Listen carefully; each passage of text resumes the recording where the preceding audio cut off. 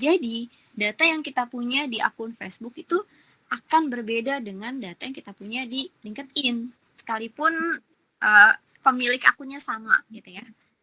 Tetapi isi datanya itu pasti berbeda. Sehingga kemudian semakin banyak spesifikasi data, maka semakin khusus penggunaannya. Dan kumpulan data spesifik ini bisa diolah lebih lanjut untuk keperluan pengembangan produk dan layanan perusahaan. Gitu. Yang kedua, mesin olah sekarang ini sudah dapat disewa. Gitu. Jadi mesin olah untuk pengolahan datanya ya, misalnya untuk klasifikasi ya sebagai mesin virtual ini bisa disewa. Jadi bisa menghemat cost ya, operasional cost dibandingkan dengan mesin secara fisik. Misalnya perusahaan memiliki data center. Jadi biaya infrastruktur komputasi awan itu jauh lebih murah. Dan ke depan bisnis infrastruktur mesin olah data ini akan semakin berkembang ke arah penyewaan. Jadi bisa dianalogikan potensinya itu bisa sama seperti kita ya pada saat kita sebagai konsumen memesan layanan ride sharing seperti di Gojek atau di Grab gitu, kurang lebih seperti itu. Jadi dari aspek cost jauh lebih murah.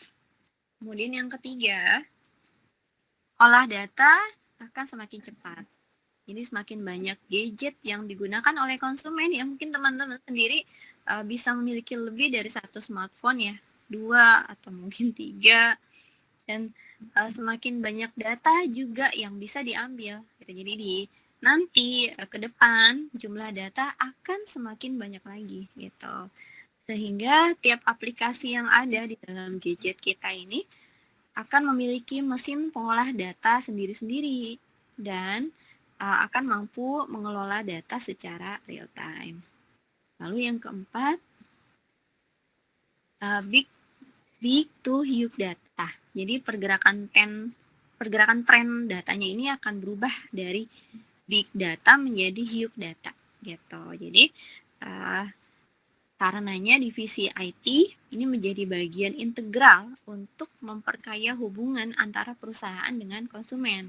Ya, karena yang namanya perusahaan pastinya berdiri untuk jangka waktu yang panjang. Tidak ada enterprise atau perusahaan berdiri untuk jangka waktu yang pendek. Sehingga kemudian yang mereka butuhkan adalah loyalitas dari pelanggannya, gitu kan. Loyalitas dari konsumennya. Pada akhirnya mereka harus mencapai kepuasan ya para konsumennya. Dan tawarannya untuk menciptakan kesempatan monetasi baru ya misalnya untuk menciptakan kepuasan pelanggan tadi, maka perusahaan harus menggali data lewat layanan yang bersifat aplikasi atau juga melalui rich web experience dan yang lainnya. Dan satu lagi yang kelima, tren datanya bahwa data berpindah secara personal. Jadi selama ini kita mengenal mekanisme data itu kan terpusat tadi ya, dan akan tetapi kehadiran mekanisme baru yang tidak terpusat lagi, misalnya dengan menggunakan blockchain, ini akan menciptakan kesempatan yang baru bagi layanan mikro. Jadi layanan mikro ini akan bekerja kooperatif tanpa adanya kendali dari pusat kontrol atau server. Ya, contohnya yang digunakan oleh perusahaan-perusahaan fintech ya.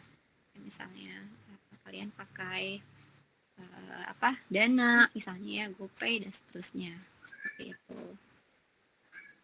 Bisa di next Mbak Yetin.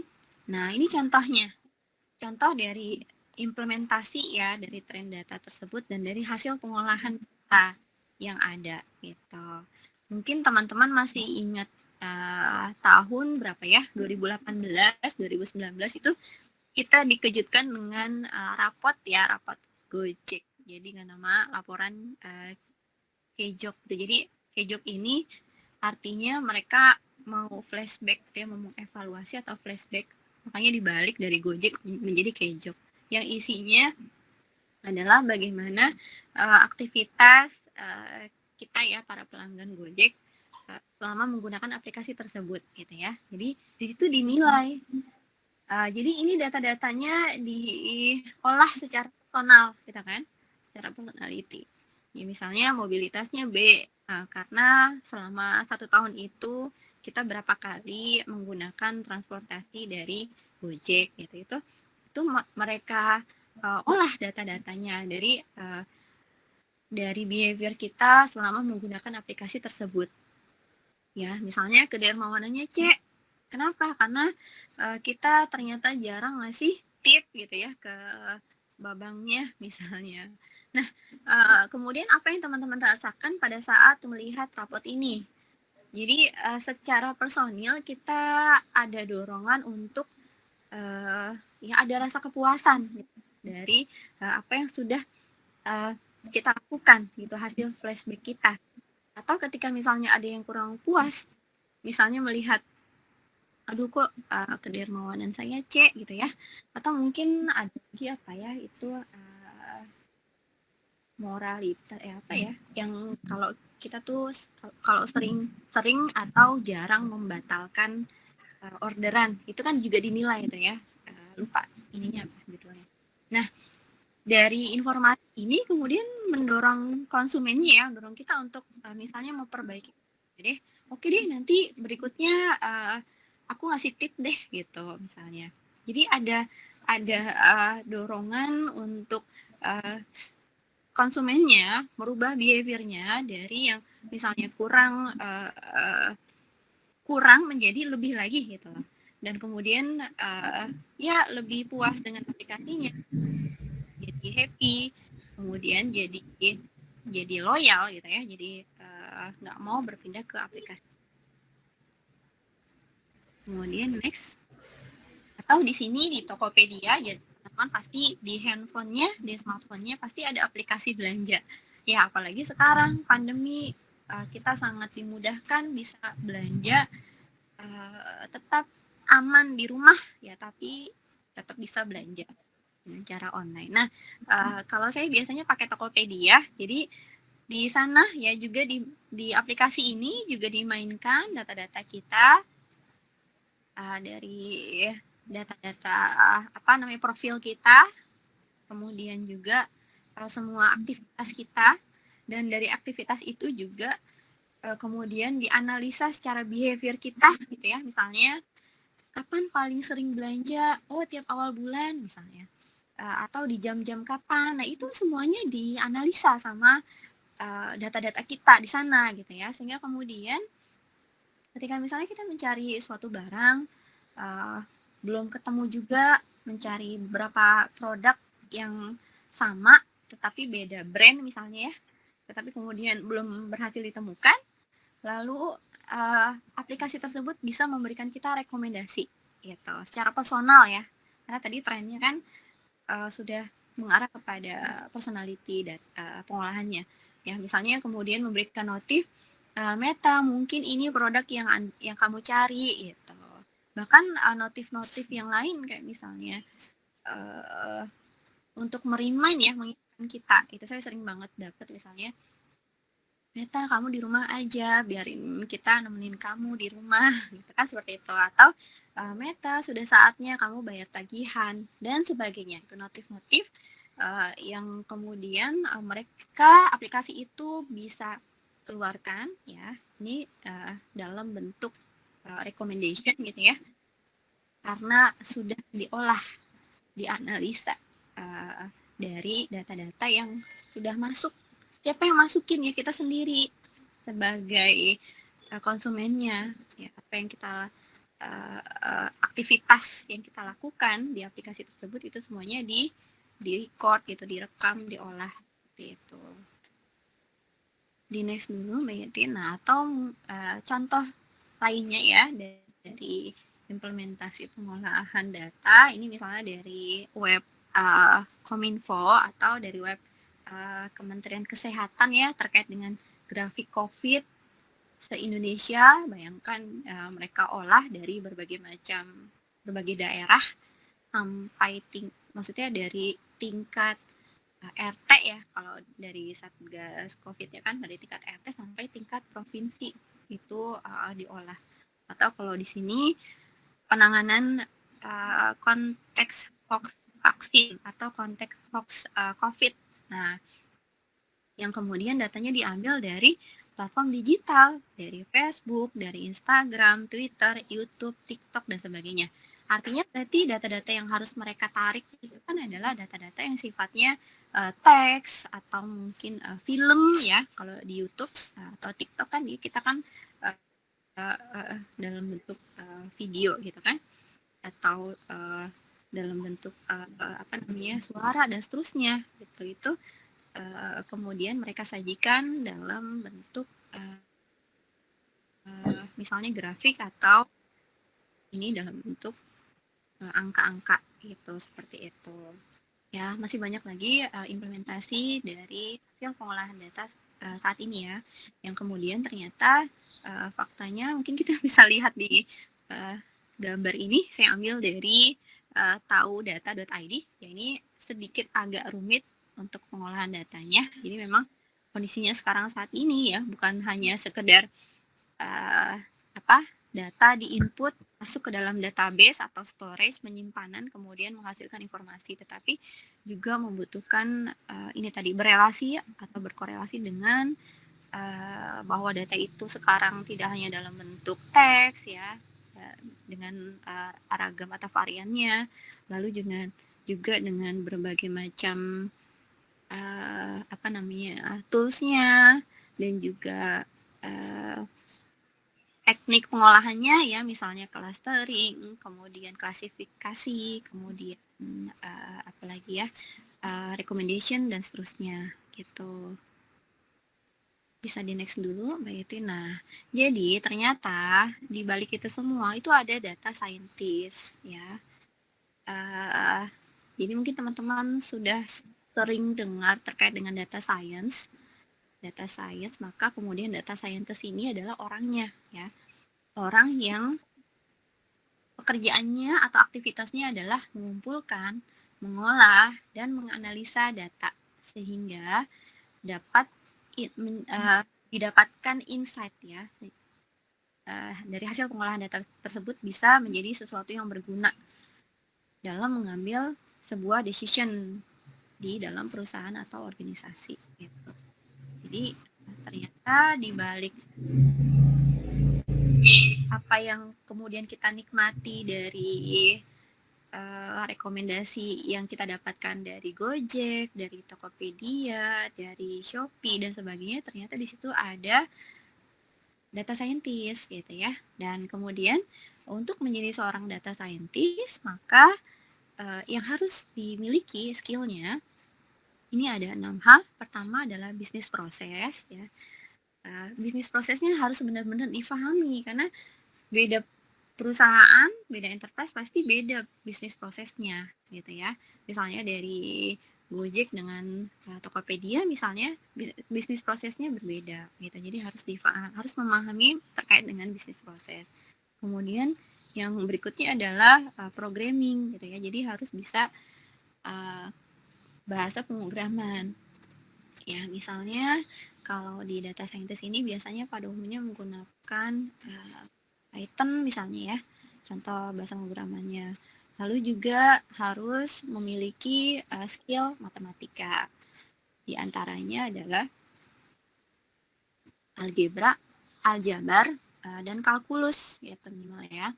Kemudian ditambah dengan statistik. Nah, statistik ini contohnya misalnya data deskriptif atau statistik deskriptif atau inferensial. Jadi dari statistik ini kan misalnya nanti ingin diketahui interval kelasnya, kemudian rata tengahnya ya, mean, median, modus, dan seterusnya gitu kan.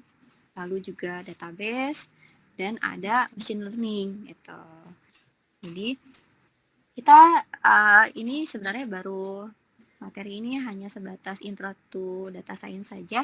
Jadi hanya untuk menggambarkan bahwa data-data itu sangat powerful pada saat ini dibutuhkan oleh enterprise ya, perusahaan, untuk mereka bisa bertahan bisnis dalam menjalankan bisnisnya. Apalagi pada saat ini di era disruptif, ditambah dengan suasana masih dalam pandemi COVID, sehingga kemudian yang tidak bisa bertahan, maka mereka pasti akan berhenti ya bisnisnya.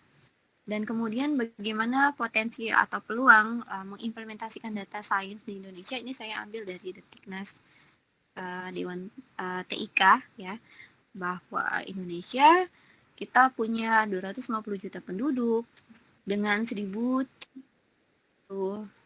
suku ya, bangsa, dan ada 132,7 juta pengguna internet dari jumlah penduduk tadi, di mana 371,4 jutanya adalah pelanggan ponsel yang memiliki ponsel, yang ponselnya ini terkoneksi dengan internet pastinya ya, dan di antaranya ada 106 juta pengguna aktif sosial media, ditambah dengan demografi yang sebegitu kayanya, luasnya, dan dengan beberapa kondisi misalnya ekonomi, politik, dan keamanan ya.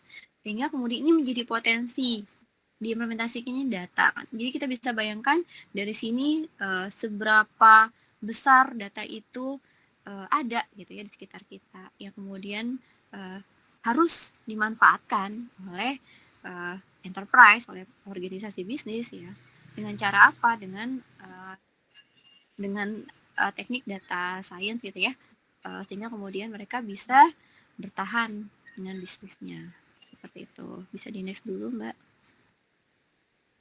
Nah, ternyata the most popular and most wanted job hari ini, ya ini saya ambil dari ini di Amerika ya, dari Economic Forum, bahwa peringkat pertama pekerjaan yang atau profesi yang sangat dicari adalah data scientist gitu.